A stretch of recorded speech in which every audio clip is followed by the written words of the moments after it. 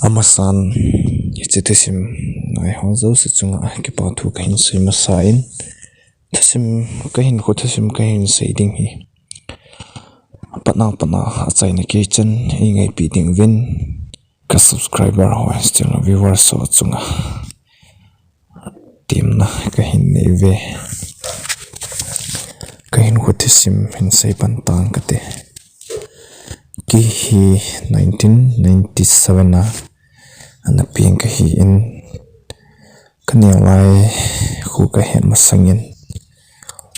sungyan theite kahi zivin thinglang le kana bolovin hechi thinglang le chun chang katuun kolbu katuun changmai kana tuvin ahi hechi kalo bol naw chu thlang sagi kisu tuna ahi in ahi le Haji lau ka bol na mun wachun hiti chun chang tu ahung ki chai chai tiang le bu ki sa in hiti bu chun ki ka hin ko u hin chun la kan nu ka pa kyo cha kan ki sivin ahi le ka pa hin hiti chun chen kan dei ka hi sivin jing an ne ding sun an ne ding zeng ni thla an ding in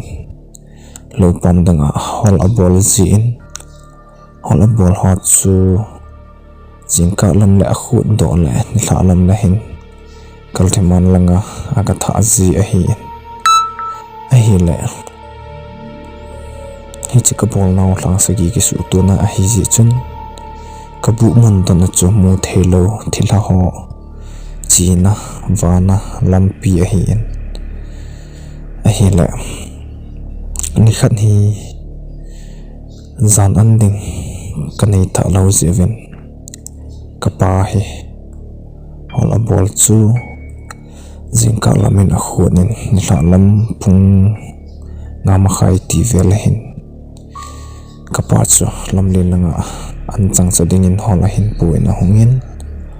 ki honu chu si chu i da hlawin a hi le azam pungsi pungi lang hetan ahila kapa he ahung ge le jing tan kanung zong long dangin atu sat le wangin koiman ahin don but tapon ahila kanu he alung niau si ko to ke chu chapang cha ka hi honji chun ko hello ka hi honji chun ahila zam imun phat hung hi hin kanu hin Gimneidan imun ding khang phei ya chun lup nai sim pi honin cha sun ei ge pi honin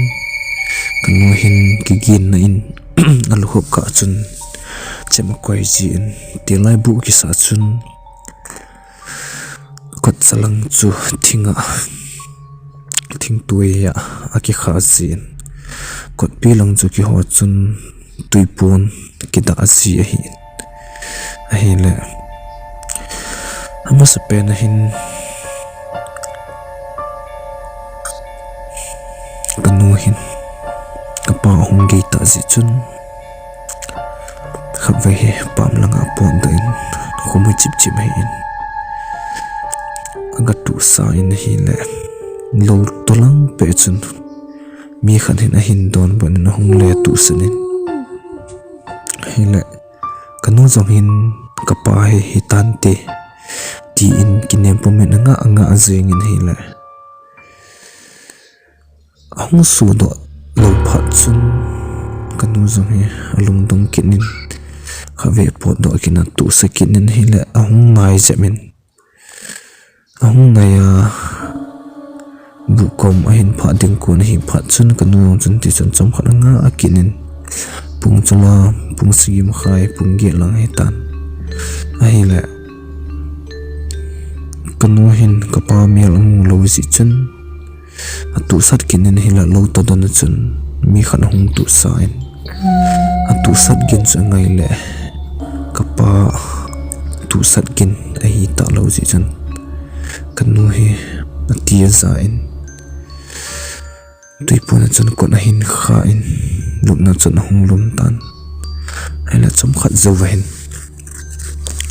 lo talanga kuna chun husan hunging to pen kian hugin bangan hunging to pen hi la kanu zong ati zan ke ni u chang cho ho ka hen hon lo wanga chun kanu chun ti chun ei hui tu ne pu ni kha khomanin cham chu akhona do ding khun sa kanu hen a koi hi ai le husan cho hunging to bu mai dan hun pha chun ang tip chanin cham khat zawin tuipon cha hin main tuipon mai chai chun kanu chun vauzing di ti le cham khat wa husan cho all time bu na langa cham lo na langa all tan hlai to kinin cham khat zawin lo na langa thing phung ki phu bang khon thing cho hung lu ki ti zan ma zan na alone zi he pu in thi thing a hung lu zo phan chun cham khat zawin mi hung hlai su kinin mi hung hlai su aza kinin kanu hen ni mu cha zo lo de lo win hi ti chun kanu thip chanin ang bu dan hin pha kinin hi ti chun cham khat a ding dan kinin adin dan zo hin cham khat wa hlai su pe kinin ho san chu all tum lo talang hlai chu ai le hi ti chun cham khat an thip chanin tan a thip phan chu san chu molang kalu ka lang pe chun mi khan hong tu sai ai la chu ka pa hitan hin la kanu na ton but ngam ta pun ai la ka pa hin alung gelen chonu cha hi imu hitan te ka chi ge ji hin ti hin apa chun ti chen lung a gelen ti lai bangin lai tara tos ho zong lo lai hi ai la ka pa chun ima cha choi lo ita chu ngai a hi in kalu ulam pi su lam lan akiti in lam lan su chu ka ho ziu a hi in a hi le ka pa zo hong in hi le kalu talongan pa kha ve atu sa ne ka pa chu tu san in hi le kalu ki ho bu to dan chu min aton bu kin ka pa chu a hi le kapal in zong kanu hin te ti in atha nom hle zengin ai le hong kinin he la ahung tu sakinin mi pa chon hin don bunin ai le kinai chan a hin don butan la ka pa cho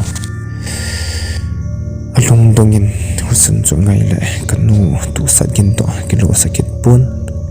ai le ka pa hin ipi le mi hi le hin tin hi la hi da hen tia hong singa hi la koi ma ta ki stu ke pun koi ma ta ki su to lo phan sun ka pa za lung dong ma zingin hi la cha chun ka pa zong hong to vin ka lo bu an pha chun hin ko wan la ka no cha la hin ta san tan he cha chun ka no in zong sa yin nong ma sangin iti tin hongge sen ka tu sanen le ita bang husan ka za iti ka pa cha a holim pin a hilai chu kununga te so aseo lang sa gi ki su tu na a hi chi chun no naw na gi naw bu cha nu thailo